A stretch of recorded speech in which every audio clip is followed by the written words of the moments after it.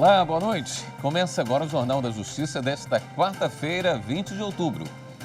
Por maioria, o Supremo derruba a cobrança de honorários de sucumbência de beneficiários da justiça gratuita em processos trabalhistas. A Corte declarou que dispositivos da reforma trabalhista que determinavam o pagamento nesses casos são inconstitucionais. Esse é um dos destaques da edição de hoje. Você vai ver também.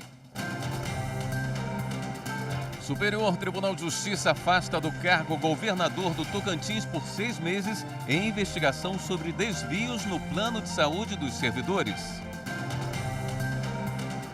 Vice-presidente do STF pede que Procuradoria-Geral da República se manifeste sobre pedido da Polícia Federal para prorrogar inquérito que apura a suposta prevaricação do presidente Jair Bolsonaro no caso Covaxin. Ministro Dias Toffoli nega a suspensão de decreto que autoriza treinamento de militares americanos no Brasil.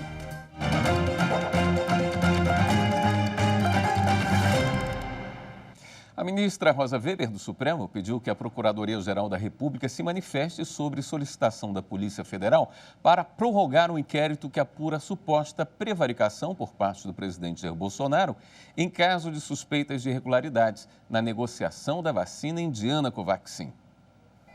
A ministra Rosa Weber determinou a abertura do inquérito em julho passado e deu prazo inicial de 90 dias para as investigações. Mas agora a Polícia Federal quer mais 45 dias para analisar todas as informações obtidas até o momento. A ministra então pediu que a Procuradoria-Geral da República se manifeste sobre a extensão do prazo. Esse é um procedimento de praxe. O inquérito foi aberto depois que um grupo de senadores acionou o Supremo e tem como base o depoimento do deputado Luiz Miranda e do irmão dele, Luiz Ricardo Miranda, servidor do Ministério da Saúde, na CPI da pandemia. Eles disseram que alertaram Jair Bolsonaro sobre as suspeitas envolvendo as negociações para a compra da vacina Covaxin por um preço bem acima do valor de outros imunizantes. O presidente é investigado por prevaricação.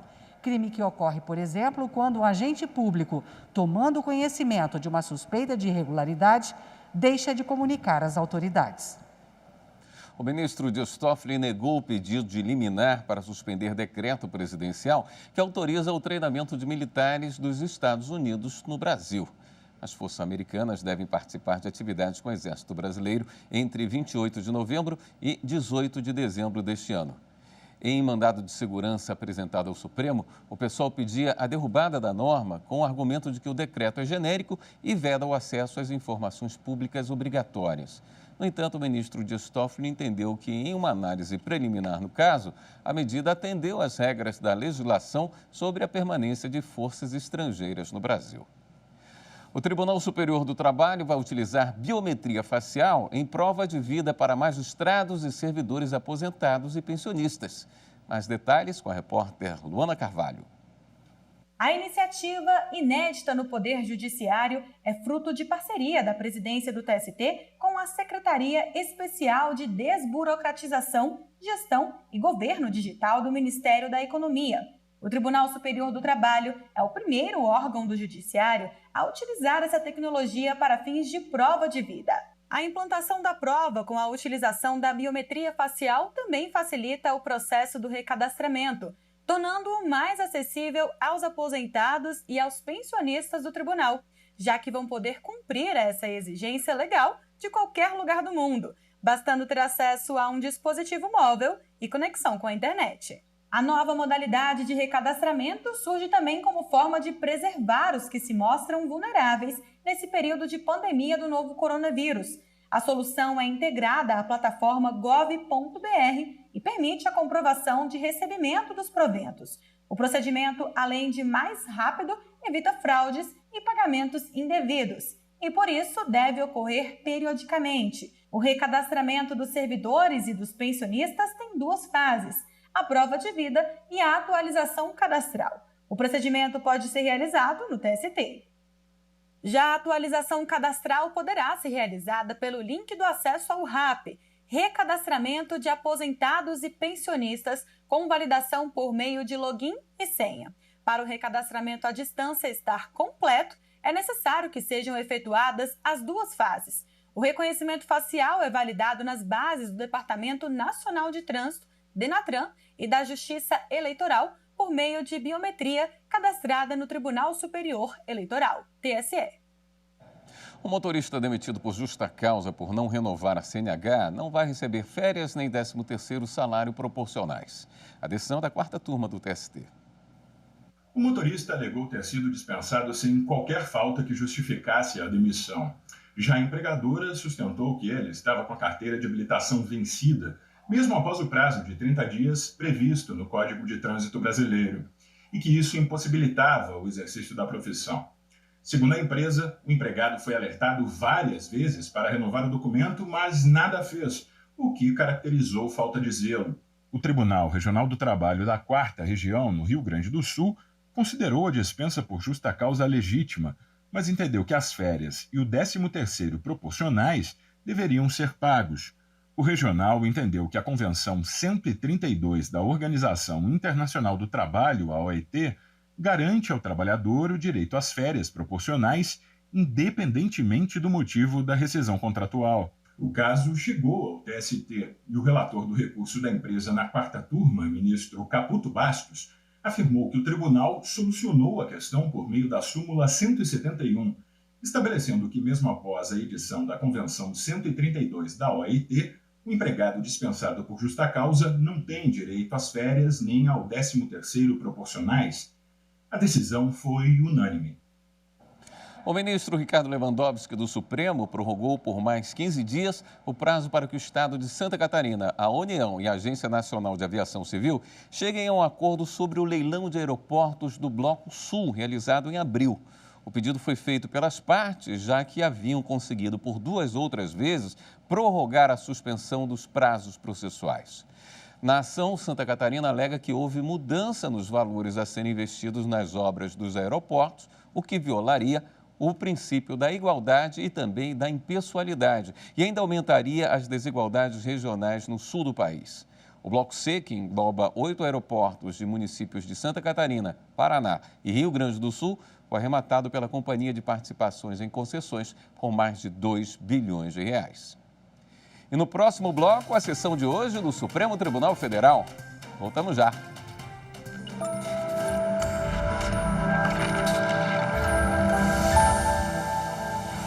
A Constituição Federal de 1988 foi a que trouxe para o Brasil o que chamamos de plena democracia, já que ela veio logo após um período ditatorial.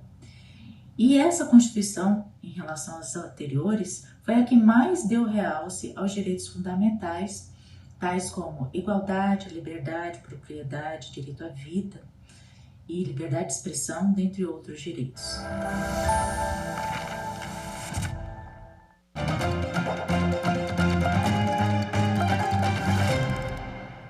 Dispositivos da reforma trabalhista que obrigam o trabalhador a arcar com honorários de advogados e peritos, caso perca a ação, são inconstitucionais.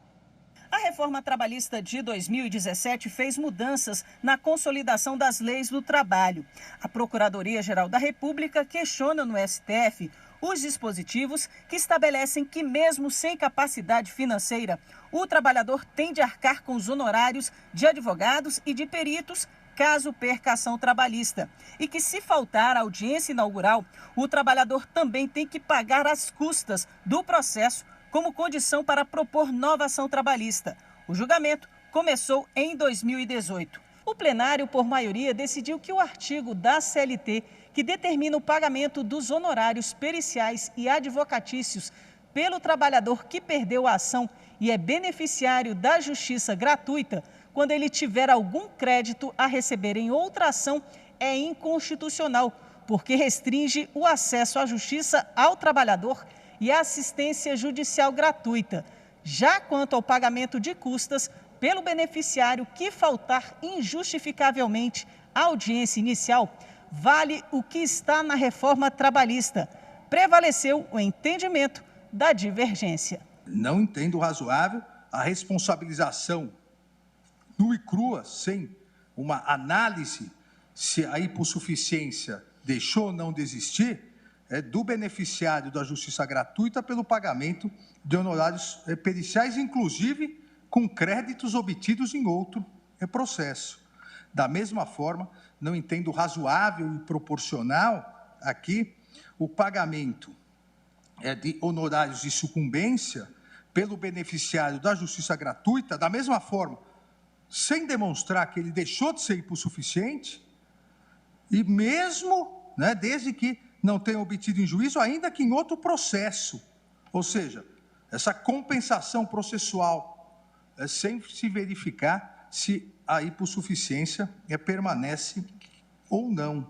As medidas legais restringem a essência do direito fundamental dos cidadãos pobres de acesso gratuito à justiça do trabalho, em defesa dos direitos laborais e em deprimento, em violência ao artigo 5º, inciso 74 da nossa lei fundamental. Ficou vencido o relator ministro Luiz Roberto Barroso, que havia votado no sentido de que essas mudanças não ferem a Constituição, porque buscam evitar a judicialização excessiva das relações de trabalho. De acordo com Barroso, os dispositivos questionados evitam demandas irresponsáveis, muitas vezes incentivadas pelos próprios advogados. Ainda ressaltou que o custo individual do litígio não pode ser menor do que o custo social. Não há gratuidade. Não existe gratuidade na vida. Portanto, nós estamos definindo quem paga. Se é o pobre que nem esteve em juízo ou se é o pobre que esteve em juízo e ganhou dinheiro. Eu acho que faz mais sentido que seja o pobre que esteve em juízo e ganhou dinheiro do que o pobre que não litigou e não teve nenhum proveito. A licitação de urnas eletrônicas que vão ser compradas pelo Tribunal Superior Eleitoral está na segunda fase, a técnica. Apenas uma empresa participa do processo. Ao longo da fase técnica, mais de 100 testes serão feitos neste protótipo de urna eletrônica, também chamado de modelo de engenharia, que foi fornecido pela empresa Positivo Tecnologia S.A. Os técnicos do Tribunal Superior Eleitoral vão avaliar, por exemplo, a autonomia da urna quando estiver com bateria interna e farão testes de segurança na máquina. Exigências do edital da licitação por técnica e preço para a compra de até 176 mil urnas eletrônicas. A próxima fase será a análise de preço do produto. Caso a empresa seja aprovada, o tribunal terá 1 ano para encomendar a quantidade de urnas que achar necessária. E a empresa poderá entregar as máquinas até as eleições municipais de 2024. A sexta turma do Superior Tribunal de Justiça anulou condenação após o tribunal não analisar contestação de nova prova juntada ao processo. A sexta turma anulou a condenação de um réu em razão do Tribunal Regional Federal da Terceira Região não ter deliberado sobre laudo pericial apresentado pela defesa para questionar a íntegra das interceptações telefônicas e telemáticas que foram juntadas ao processo por determinação do desembargador relator da apelação. Para o colegiado, apesar de não ser absoluta a possibilidade de apresentação de documentos em qualquer fase do processo, o tribunal de origem deveria demonstrar que o laudo juntado pela defesa tinha intenção apenas de protelar o andamento dos autos. O caso envolve uma das maiores operações da história da Polícia Federal na repressão ao narcotráfico internacional. A Operação Oversea chegou a apreender 3,7 toneladas de cocaína. Com base em interceptação das comunicações do réu e de outros investigados, o acusado foi condenado a 12 anos de prisão por tráfico internacional de drogas. O esquema era coordenado por uma organização criminosa que utilizava o Porto de Santos para enviar drogas para a Europa. Antes do julgamento da apelação do réu, a defesa apresentou o laudo pericial e pediu a nulidade das provas produzidas a partir da interceptação de comunicações, alegando não haver informações técnicas que garantissem a legalidade das diligências. O TRF3 não analisou o pedido, sob o fundamento de que a tese da defesa seria inovação recursal, inadmissível naquele momento processual, e estaria preclusa, pois não foi apresentada em primeiro grau. O relator do habeas corpus impetrado no STJ, ministro Rogério Schietti Cruz, afirmou que a Corte Regional poderia até refutar, motivadamente, as conclusões apresentadas no laudo pericial trazido pela defesa, mas não simplesmente se negar a examiná-lo, sob a alegação de que sua juntada aos autos teria sido intempestiva. A sexta turma, então, por unanimidade, concedeu habeas corpus, anulou o julgamento da apelação criminal e determinou o retorno dos autos ao tribunal de origem para apreciação do pedido da defesa para conversão do julgamento em diligência. A Procuradoria Federal dos Direitos do Cidadão do Ministério Público Federal está acompanhando inspeções em presídios de Goiás com foco na população LGBTQIA+. A equipe do MPF está acompanhando integrantes do grupo Mecanismo Nacional de Prevenção e Combate à Tortura em complexos prisionais do estado de Goiás. O Brasil é, pelo 13º ano consecutivo, o país que mais mata transgêneros no mundo, segundo o grupo. Por isso, o objetivo das inspeções é verificar se as necessidades da população LGBTQIA+, estão sendo atendidas e garantir os direitos deles no cárcere. E, diante das irregularidades encontradas, serão tomadas providências pelos dois órgãos, como ações civis públicas e recomendações pelo MPF. A Lei Brasileira de Inclusão estabelece que a matrícula de pessoa com deficiência é obrigatória pelas escolas regulares e não limita o número de alunos nessas condições por sala de aula. Muitas dessas instituições ainda violam a legislação, prejudicando milhares de crianças e jovens com deficiência. Veja na reportagem. Ele era impedido de participar das aulas de educação física por causa de mau comportamento. Até então a gente não sabia que ele era autista e também não sabia das comorbidades, somente do TDAH. Ele era punido na escola por mau comportamento. Já autista, dizia que não tinha suporte para ele na escola, mas que era uma opção minha deixar ele na escola ou não. Esse relato que acabamos de ouvir é de uma mãe que tem um filho autista. A história dela é apenas uma das várias que acontecem aqui em nosso estado, envolvendo pais de família que sofrem com o descaso de algumas escolas. A Jussara, que também é mãe de uma criança autista, é a presidente do movimento Autismo Tem Tratamento. Ela nos contou que relatos como este que acabamos de ouvir, infelizmente, ainda são muito comuns. É muito triste, né? As crianças que são segregadas do convívio dos outros porque os professores não estão capacitados. Infelizmente, isso ainda é muito comum. Isso ainda é tudo que as escolas conseguem fazer porque elas não sabem o que fazer. E não sabem porque não se prepararam. Segundo a Lei 7.853, regulamentada em 1999, toda criança com necessidades especiais deve ser matriculada em escolas normais e transforma em crime a recusa desse direito. É garantido por lei, desde a nossa Constituição, a nossa lei maior, né, passando pelo Estatuto da Criança e do Adolescente, que é uma lei específica para a proteção, né, e para a defesa do melhor interesse das crianças, e a Lei de Diretrizes de Base. Então, as crianças que têm alguma deficiência, as crianças que têm necessidades especiais, precisam sim estar incluídas no ensino regular.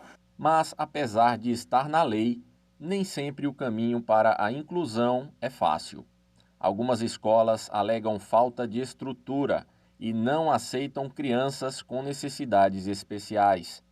A magistrada afirmou que, para essas escolas, são aplicadas penalidades. Na decisão, a gente sempre faz a multa, né? A gente determina a multa pelo prazo que a gente conceder para que seja cumprida logo aquela decisão.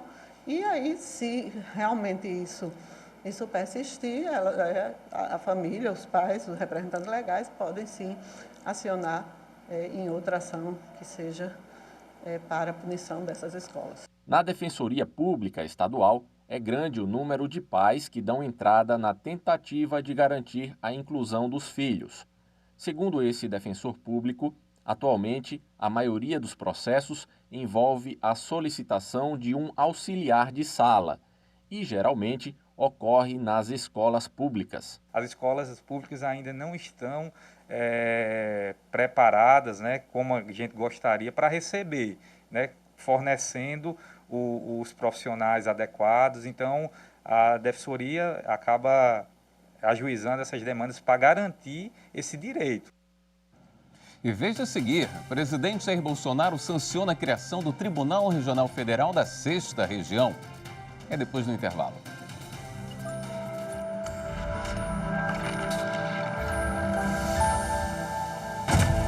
No que diz respeito à advocacia, profissão que eu exerço, precisamos ressaltar o artigo 133, que colocou a advocacia como essencial à administração da justiça.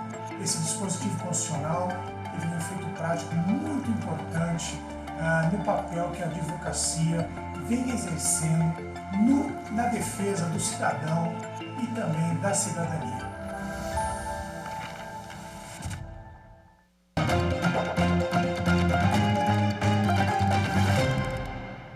O Superior Tribunal de Justiça afastou do cargo o governador do Tocantins por 180 dias em investigação sobre desvios no plano de saúde dos servidores. Por unanimidade, a Corte Especial do Superior Tribunal de Justiça confirmou a decisão cautelar do ministro Mauro Campbell Marques, que determinou o afastamento do governador do Tocantins. O afastamento tem duração de aproximadamente 6 meses, podendo ser reavaliado a qualquer momento. Também por ordem do ministro, a Polícia Federal cumpriu na manhã desta quarta-feira outras medidas destinadas a desarticular a organização criminosa e impedir atos de obstrução das investigações na cúpula do governo. Iniciadas há quase 2 anos, as investigações apontam a integralização dos recursos públicos desviados no patrimônio dos investigados. Com as medidas cautelares determinadas à Polícia Federal, o STJ buscou reunir novas provas, resguardar o cumprimento da lei penal, preservar a segurança de testemunhas e garantir a retomada das atividades públicas normais no Tocantins. Além da suspensão do exercício da função do governador e de outros agentes públicos, a Corte Especial referendou as medidas de proibição de acesso dos investigados a determinados locais e o impedimento de contato com outras pessoas investigadas, também como forma de preservar a apuração dos fatos.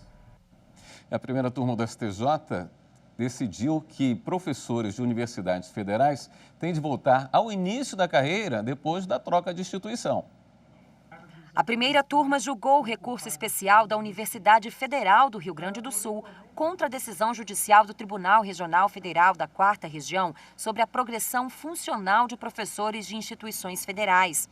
Por unanimidade, o colegiado firmou o seguinte entendimento: integrantes da carreira de professor de magistério superior não podem transitar entre as instituições federais de ensino e manter os benefícios e as progressões conquistados no cargo anterior, mesmo que deles se tenham afastado mediante pedido de declaração de vacância, o qual preserva o vínculo entre a administração federal e o servidor aprovado em novo concurso.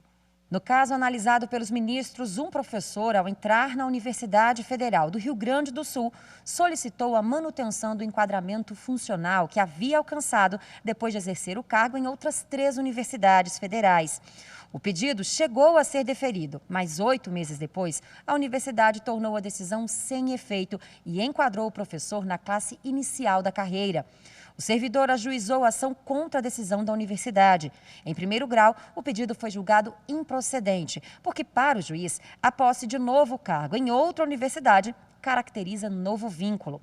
A decisão foi reformada no TRF4 por considerar que o vínculo iniciado em uma instituição tem continuidade na seguinte. No STJ, o ministro Sérgio Coquina, relator, afirmou que a existência de uma carreira de magistério superior não significa que os docentes possam transitar entre diversas instituições federais de ensino, mantendo as vantagens adquiridas na instituição anterior. O ministro destacou que o artigo 6º da Lei 12.772, de 2012, não autoriza tal continuidade em cargos distintos, pois o dispositivo se limitou a regular a passagem inicial dos servidores para a carreira de magistério superior, então estruturada. Sérgio Cuquina ainda acrescentou que o entendimento de que as vantagens adquiridas anteriormente não são pessoais, mas vinculadas ao cargo exercido, está em harmonia com a jurisprudência do STJ. Seguindo esse entendimento, a primeira turma deu provimento ao recurso especial da Universidade Federal Gaúcha. Foi sancionado hoje o projeto que autoriza a criação do Tribunal Regional Federal da 6ª Região, que vai atuar exclusivamente com demandas de Minas Gerais. A cerimônia foi agora há pouco, no Palácio do Planalto. O projeto é uma iniciativa do Superior Tribunal de Justiça e foi apresentado ao Congresso em 2019, pelo então presidente do STJ, ministro João Otávio de Noronha. O texto foi aprovado no mês passado, quando foi encaminhado à sanção presidencial. Pelo projeto, a sede do Tribunal Regional Federal da 6ª Região será criada em Belo Horizonte no ano que vem. Com isso, os processos em segunda instância de Minas Gerais serão retirados do TRF1 com sede em Brasília. Para otimizar o serviço e reduzir custos, a ideia é utilizar a estrutura existente de pessoal da Justiça Federal. A proposta estabelece que o TRF6 vai contar com 18 juízes e os cargos deverão ser criados por transformação de outros 20 cargos vagos de juiz substituto do TRF da 1ª Região e cerca de 200 cargos em comissão. Com o novo tribunal, a intenção é aumentar a rapidez na tramitação dos processos. O presidente Jair Bolsonaro sancionou o projeto nesta quarta-feira. O presidente do Supremo Tribunal Federal, ministro Luiz Fux, e o presidente do STJ, ministro Humberto Martins, destacaram a otimização de recursos para o funcionamento do TRF6. Não vai haver aumento de despesa, não vai haver absolutamente nada fora do orçamento. Isso realmente é uma forma de se construir um país com a grandeza que o Brasil merece. O que é bom para o Brasil é bom para todos nós aqui. E a realidade é que esse projeto, então, garante o acesso à justiça e garante também a economicidade diante desse quadro que nós vivemos de escassez de recursos. Esta é uma iniciativa inovadora para o Judiciário Federal, porque está sendo criado um novo tribunal, sem aumento de dotações orçamentárias, destinadas à Justiça Federal, respeitando os limites constitucionais do teto de gasto, conforme o artigo da presente lei. O Jornal da Justiça fica por aqui. Uma boa noite para você. Até amanhã.